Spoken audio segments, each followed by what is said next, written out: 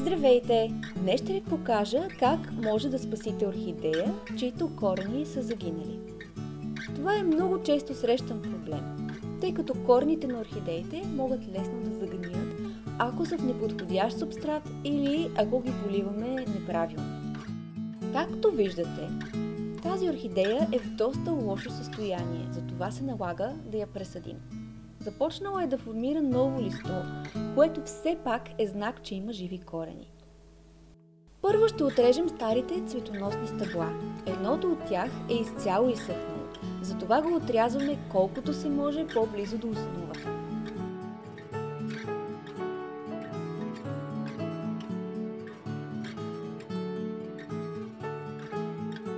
Другото обаче все още е зелено и изглежда има живи пъпки.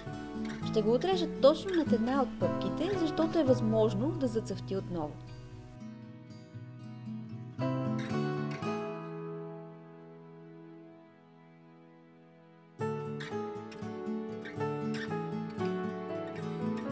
Внимателно изваждаме орхидеята от субстрата и започваме да почистваме корените.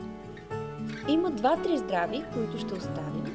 Два от тях са зелени, защото са били изложени на слънчева светлина и съдържат хлорофил, а другият е млечно бял. Всички останали ще отрежем внимателно с лозарската ножица.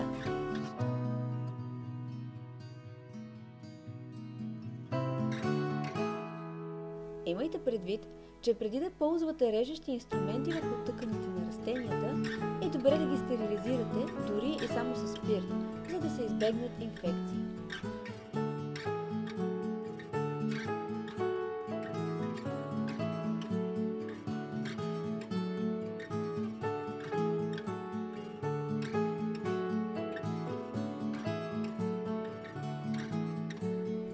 Ето и е причината за загниването. В субстрата, с който е купена орхидеята, има донапрен, който е изключително вреден за корените и трябва да се премахне при първа възможност.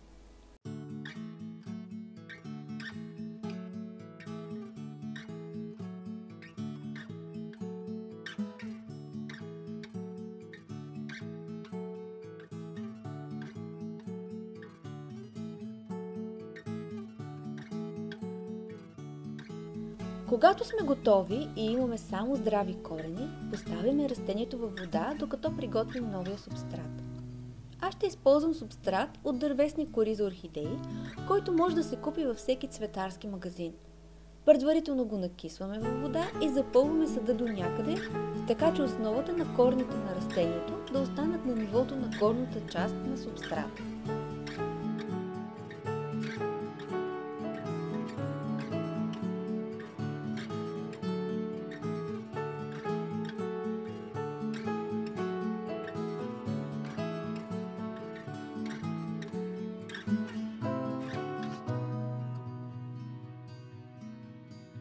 След като запълним със субстрат, се стремим да застопорим растението, така че да не се клати.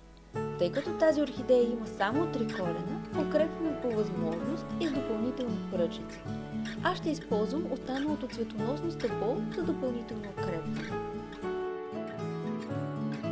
Ако има излишна вода в паничката, трябва да се отседи, след което продължаваме да се грижим за орхидеята както обикновено. Ето я и орхидеята след 6 месеца. Явно се чувства добре в новия си съд, защото продължи да расте и е започнала да образува нови корени. Можете да видите и набъбнала пъпка от цветоносното стъбло, което остави. Значи скоро се готви да зацъфти. Благодаря, че гледахте. За повече подобни видеа можете да се абонирате за канала ми в YouTube.